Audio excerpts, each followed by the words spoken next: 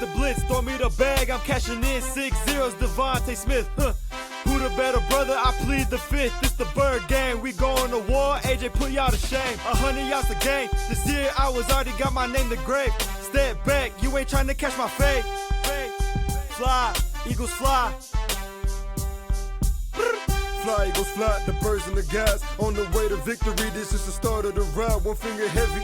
Gotta make it tough for all five. From the city where they pop a wheelie in front of your eyes. It's game time, get on the line. Sirianni drawing the plays, Hurts throwing them dimes. Oh my, y'all thought y'all had a chance. You better stack up your teams if you're trying to win against mine. Welcome in, everyone, to another episode of the Bird Gang Brothers podcast. We are coming to you post Philadelphia Eagles loss to the Seattle Seahawks 20-17. So, I don't know, give me your initial thoughts, Tyler, on the game, emotions afterwards. To be completely honest, I think I found the real reason as to why Hassan Reddick goes like this. I think that was because he's talking about how crappy the Philadelphia Eagles have been playing. Yep. Did they? Oh, that was ugly. That was. I'm so sick of not winning. Like they're winless in December.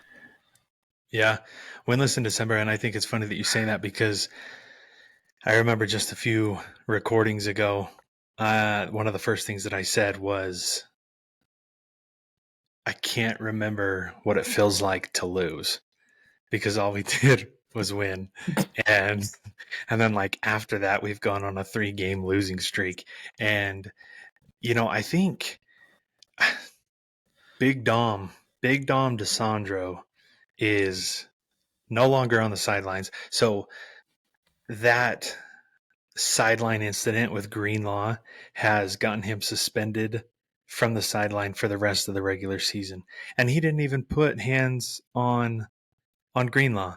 It was him taking a finger to the nose and getting kicked out of the... Not going to get into too much detail, but for those of you watching, there was something close like that in the game with A.J. Brown on the sideline. Now, I know A.J. Brown's a big diva. You know, he's getting frustrated. But, hey, you got to be fair all around, so I saying. I know what incident you're talking about. I personally don't think that there's enough evidence for the NFL and the office to suspend or fine the coach or player, whoever that was on the sidelines. You can make the case that he walked over and purposely got in the way of A.J. Brown. But I feel like majority of that was A.J. Brown doing the pushing. So, I mean, I wouldn't be surprised if he was fined, A.J. Brown. Yeah. Let's start there. Okay. A.J. Brown, starting to give me the vibes, or I think that there's a possibility he may not be on Philadelphia for too much longer. I know that we have him through next year, but I don't know. I just his complaining about getting the ball at the beginning of the season, and it almost seems like there's plays here and there where Jalen Hurts and A.J. Brown will connect pre-snap, and Jalen Hurts' eyes never leave A.J. Brown. I don't know if he's trying to force it to A.J. Brown because he wants to keep him happy or what the deal is. But I wouldn't be surprised if A.J. Brown isn't a Philadelphia Eagle for the rest of his career. What? I would love to have him there. I mean, that duo, one of the best in the league. To be brutally honest, like they're such a good duo together. It's like you're Stockton to Malone, you're Pippen to Jordan, you're Wade to like whoever.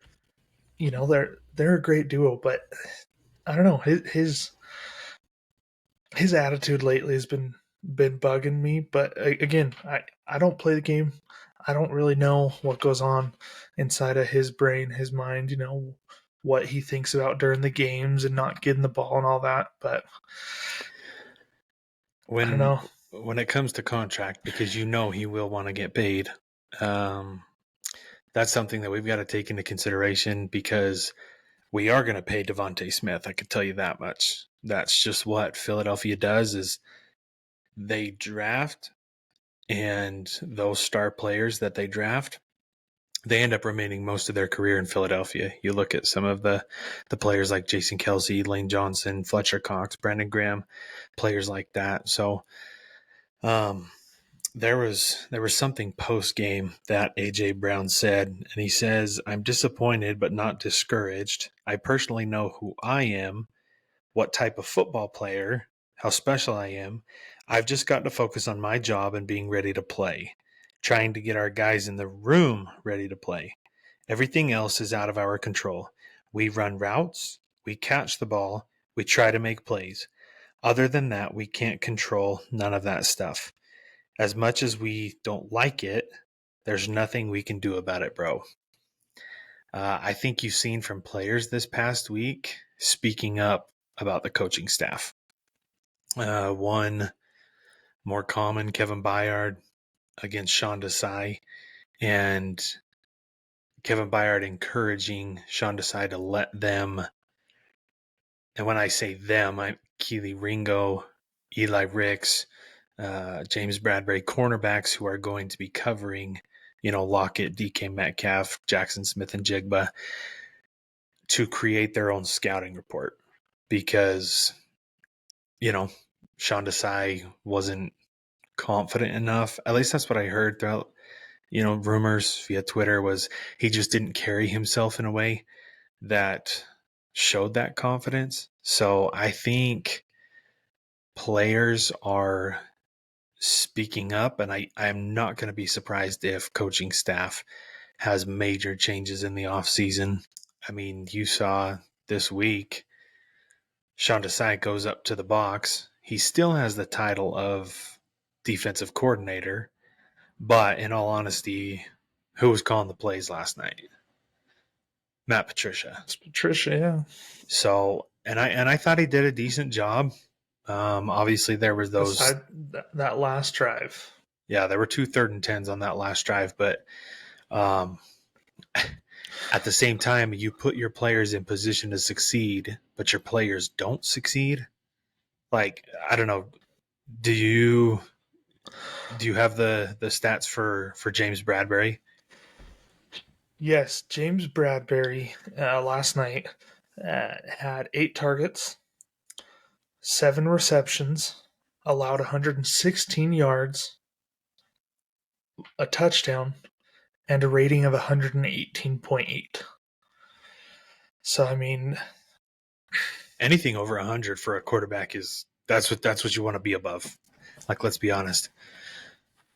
So for him to be targeted the whole 2-minute offense that Drew Lock was leading, and for him to give up as much as he did to DK and then to Jackson Smith and Jigba, opponents know that he's a weakness. That's what I was just going to get to. Is I feel like throughout the rest of the season, these last 3 games, the quarterbacks we're facing may not be great, so that's a plus. But I feel like that's going to be their game plan. Is they're going to target whatever wide receiver is guarded by Bradbury, because they know that's a weakness. And I don't know. Well, we'll have to see how it goes, but I mean, you saw it. I'm almost certain, but the 21-day window for Avante. Yeah, Avante Maddox. Do you put him in? It's a big question of who do you play, who do you bench. So it'll be interesting. I personally don't know if they'll have the balls to bench James Bradbury. Like, in all honesty, what I could see if they were to is obviously Darius Slay and then Keely Ringo. I thought Keely Ringo did a fantastic job. They did a phenomenal job. him and Eli Ricks, but I'm a fan of Keely Ringo. Give him a little bit more time in the NFL, and I definitely think that you could see him be cornerback too. And we either make a splash trade in the offseason, Patrick Surtain, hint, hint, Howie Roseman, or, draft someone. But there's going to be a lot of changes in the offseason for sure. One thing that I just laughed, like watching the game. I mean, it's all that Patricia does, but he had a pencil in his hat. Why have a pencil in your hat if one you're not going to use it because that play call list that's laminated. Yeah. So what's the point of your pencil? Like here, have a Sharpie or something. a highlighter or something. Like I don't know. I just found that to be funny when I saw him on the TV a couple times. So, yeah, we'll see. It was ironic how Darius Slay opted to get a arthroscopic knee surgery the game that Matt Patricia was taking over. Obviously, they've had some beef in the past. So, You also look at it in concerns of DK Metcalf too. Like, I mean, that's what a lot of people looked at. But anytime Philly and Seattle play, and those two are matched up, it almost always ends up in a scuffle. yeah. So it's kind of interesting. I viewed it from that point more than the whole Matt Patricia stuff. But Well, it just sucked that it's been 15 years since Philadelphia has beat Seattle. Um, I feel bad for Kelsey more than anything. Like the oh, dude has not he's beaten every other team except for Seattle. except for Seattle, and he's most likely going to retire after the season. Yeah. He'll have gone through his whole entire career without beating them. Well, and the thing that pissed me off is, I almost had this feeling going into the fourth quarter that we could lose this game. We shouldn't because, we kept them to 3 points. We only scored 10, which was ridiculous, again, against Seattle. They're without Devin Witherspoon and Jamal Adams on defense, and we only scored 10 before halftime. Like, that, going into the fourth quarter, I thought it was a possibility. And dude, that fourth quarter was a mess. Talking about Jason Kelsey, like, and I'm sure everyone saw it as well, but it makes you wonder why. I mean, the dude, every time he gets up to the line, he spins the ball. For those of you that don't know, he goes up, kind of spins the ball, moves it a little bit, and then gets ready and snaps the ball. Never gotten called for anything. But then last night, gets called for that. And you almost think, if that wasn't called, do you think that they would have scored? Do you think they would have gotten 7 points off that possession? Oh, if for that sure. penalty was not called? For sure. No doubt. And he said post interview that he's been warned for, a couple years now. And he just has to be smarter. Like I told you, maybe do that when you're at the 50 or the 40. But when you're in the red zone, you're that close, you need to score. Don't be making mistakes like that. Sneaky. I didn't really know what the false start was for. I thought it may have been, because there's been a lot of inconsistencies when it comes to lining up on the brotherly shove. So that's what I thought it was originally. But then I watched afterwards and I was like, dude, he totally moved the ball up. Like, cheater. But no, that fourth quarter, let's talk about Jalen Hurts, dude. I hate to say it. In comparison to last year, he's definitely regressed. He's in the top 3, if not the leader in turnovers this year, which has doubled what he had last year. Now, I stick to what I said on the top 5 quarterbacks in the NFL with him being above Josh Allen. Josh Allen has even had, roller coaster years. Pretty much anyone outside of Patrick Mahomes or Joe Burrow has had an up and down year. Like, it happens. My thing is, go ahead. I was just gonna say it happens to everyone. Look at the Chiefs. They're not doing so hot. Like, yes, Joe and Pat are are two phenomenal quarterbacks, but it happens to everyone. So anyway, Yeah. sorry. No, but my issue is this Jalen Hurts, or is this the issue of play calling and coaching? I think that, I love Sirianni. He embodies the city of Philadelphia, but I have seen some tweets this week, and, you have to think about it. Did we keep the right coach? Should Howie Roseman have kept Shane Steichen? Because I think the product of Jalen Hurts last year was because of Shane Steichen. Like, you see what he's doing over in Indianapolis. Jonathan Gannon, him and Sean Desai kind of like the same. There's not much difference there, but Shane Steichen compared to Brian Johnson, it's a big difference. And so you wonder if we should have kept him.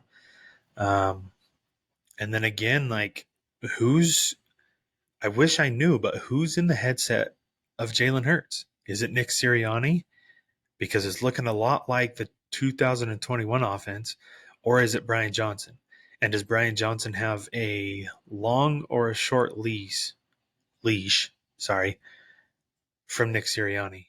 Like, I don't know if, like, the way that Jalen Hurts has regressed this year. I mean, you saw, so 2 picks yesterday.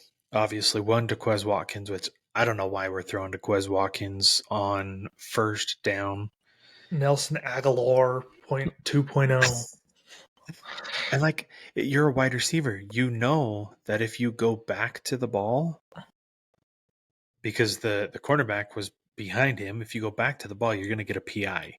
Mm-hmm. And he never goes up to target the ball. Did the same thing in the Super Bowl.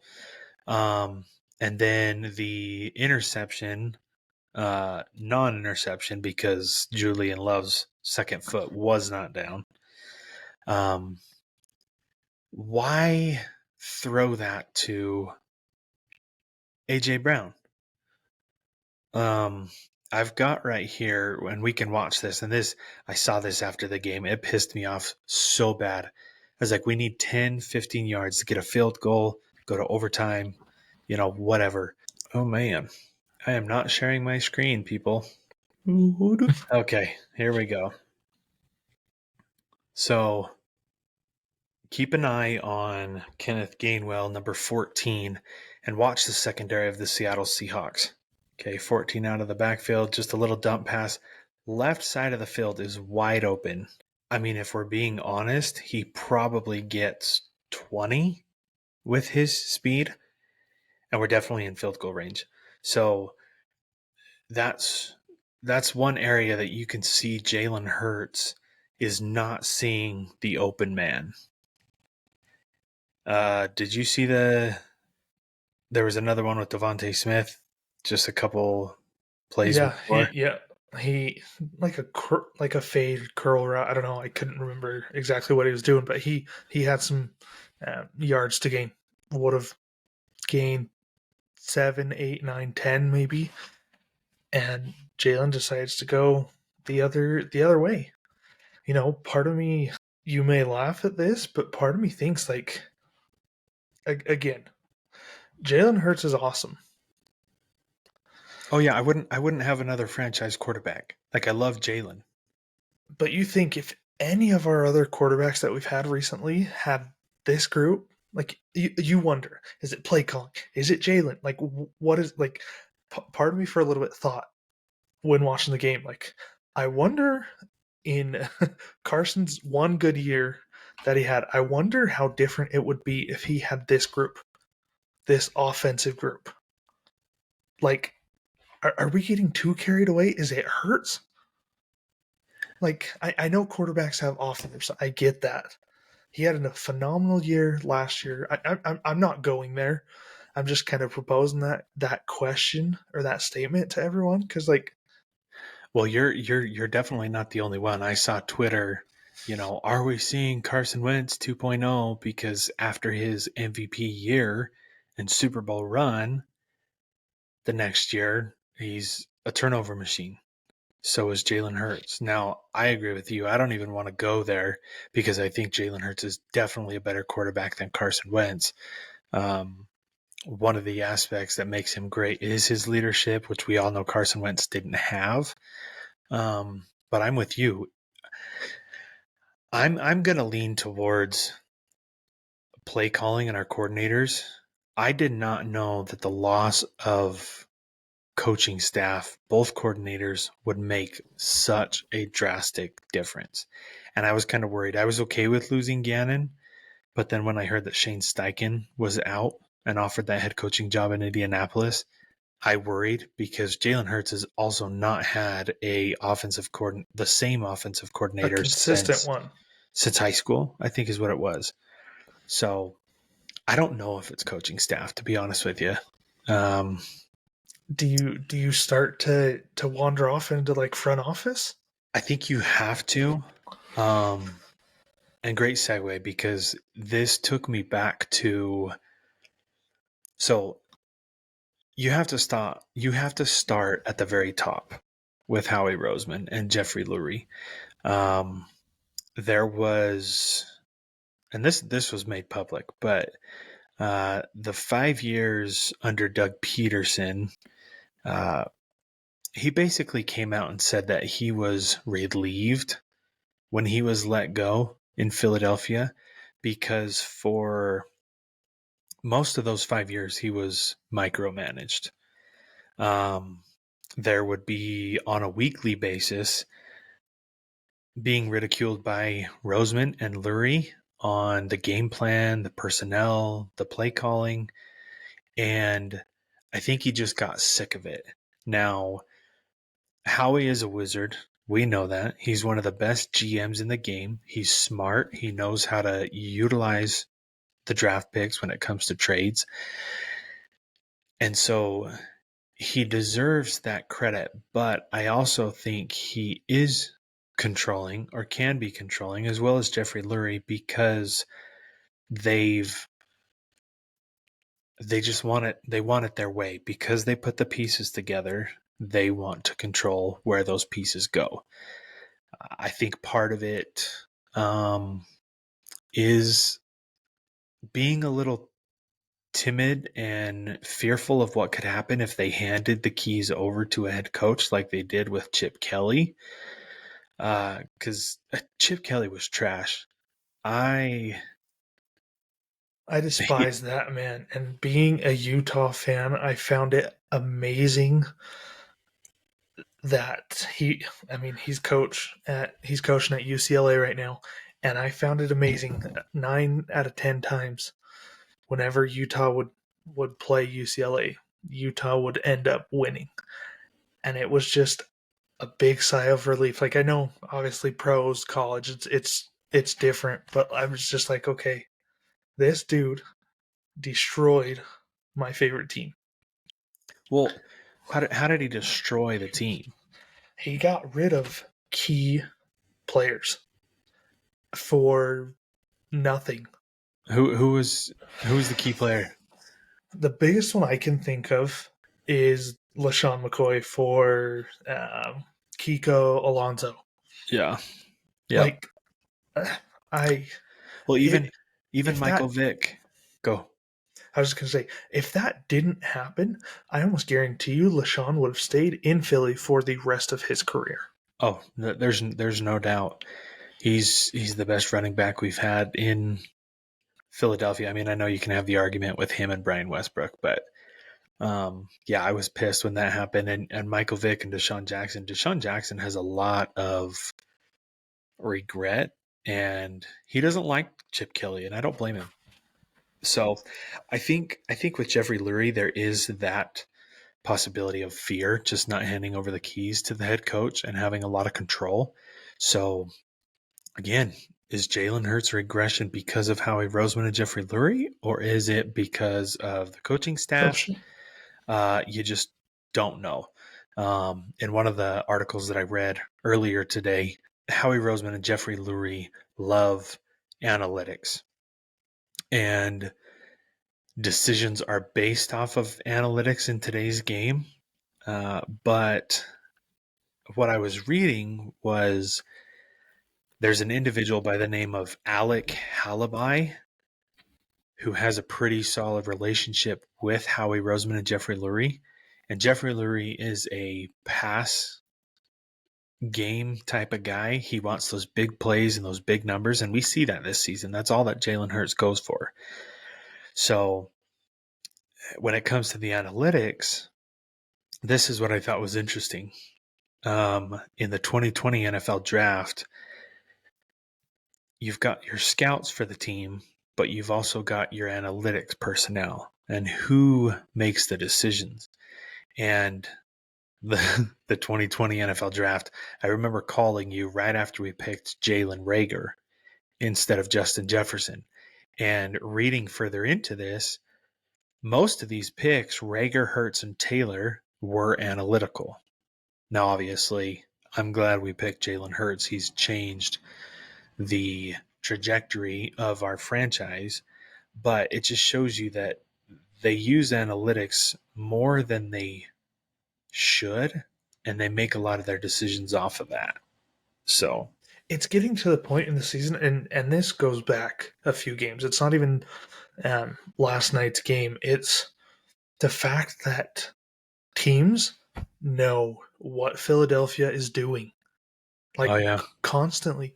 All they want to do is make big plays. I mean, if you were watching, I personally don't love watching like the Manning cast. I like just focusing on the game.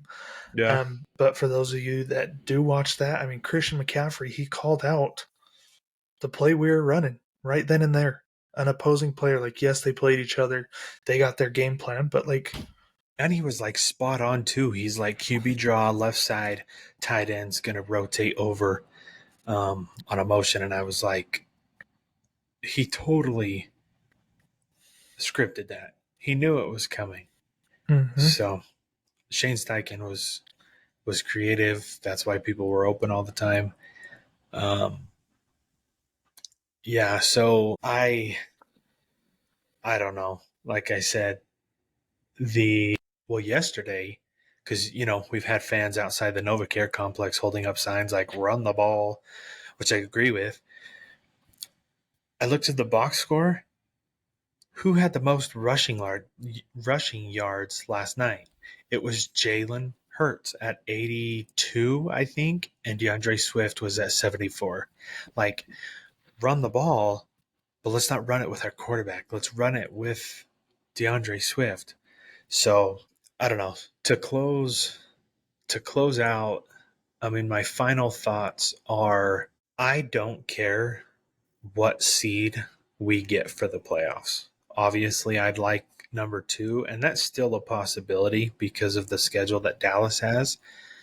Number 1 is it's gone. I mean, there's no possibility. I wouldn't be surprised if we're one and done in the playoffs. I want to be positive. I love watching the Eagles, but what I've seen these past 3 weeks gives me no confidence of a deep playoff run.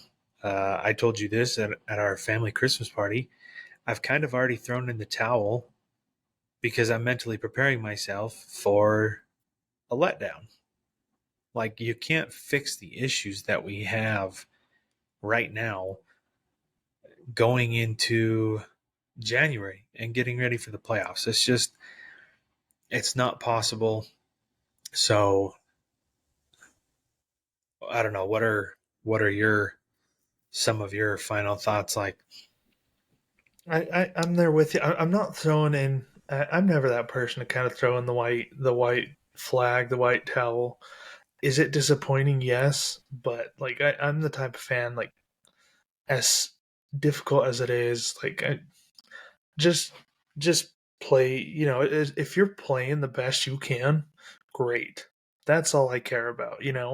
Like, I hate as much as I love the team and I'm passionate about it. I hate sometimes how much it changes like my mindset, my attitude. Like, it, I don't know. So I'm there with you. I think it's a game or two and done.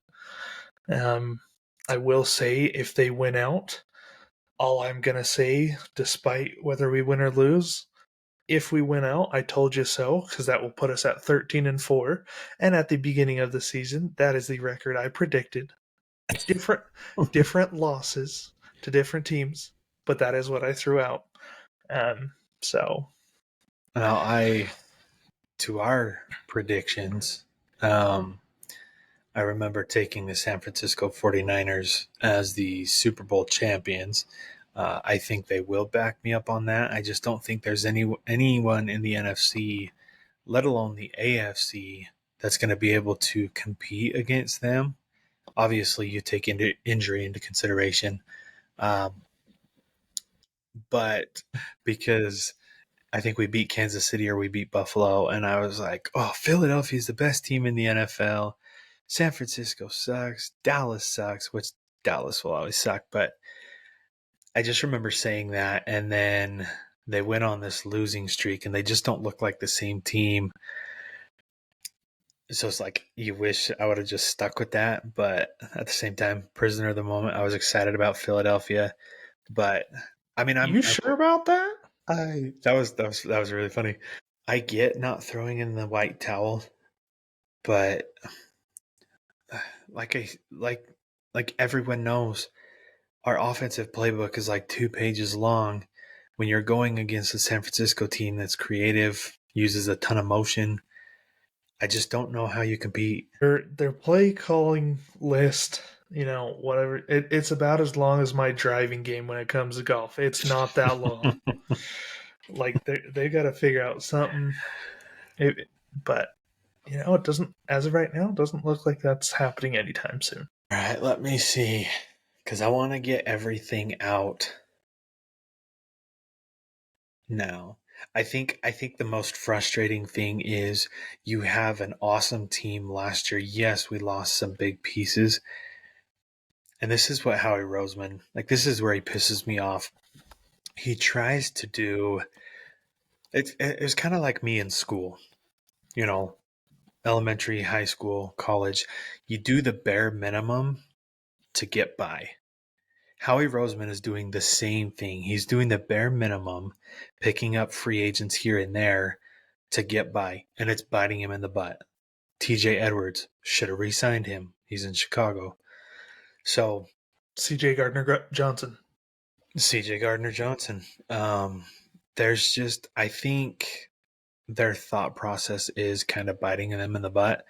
So that's kind of what it sucks, because we were so talented. Our coaches left. I feel like if we had Shane Steichen, there's a good chance that we do make a deep playoff run. But this year, I don't think so. And we've had those years of like 9-8, seasons like that, 9-7, seasons like that. So like I'm used to that. But then the talent that we have and how dominant we are on both sides of the ball and not being able to produce, it sucks. And I feel bad Jason Kelsey is going to retire and we couldn't finish on a high note. So you sound more confident about Philly than I do. I think season's not over, but I think a deep playoff run is kind of out of the picture, and I hope they can get. This offseason is going to be very interesting. Draft, I think it's going to be blown up. So I agree with you, but any last words throw in before we finish this? I did just want to throw in a plug for the Blinks. This is a very comfortable sweatshirt that I got from them. But they're making they're awesome. They're making some moves. They're making some moves. Backyard concerts for 3 months ago, and now they're doing headlines for other artists. So just a plug to follow the Blinks, who are the creators of our music intro video.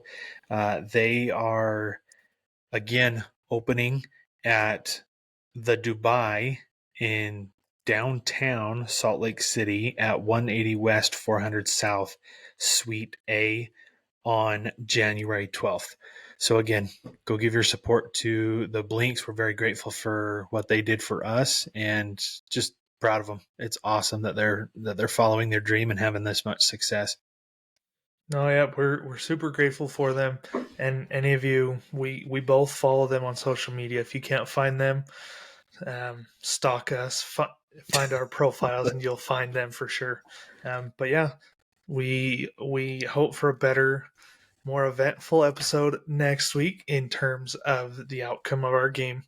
But for those of you who tuned in, Merry Christmas.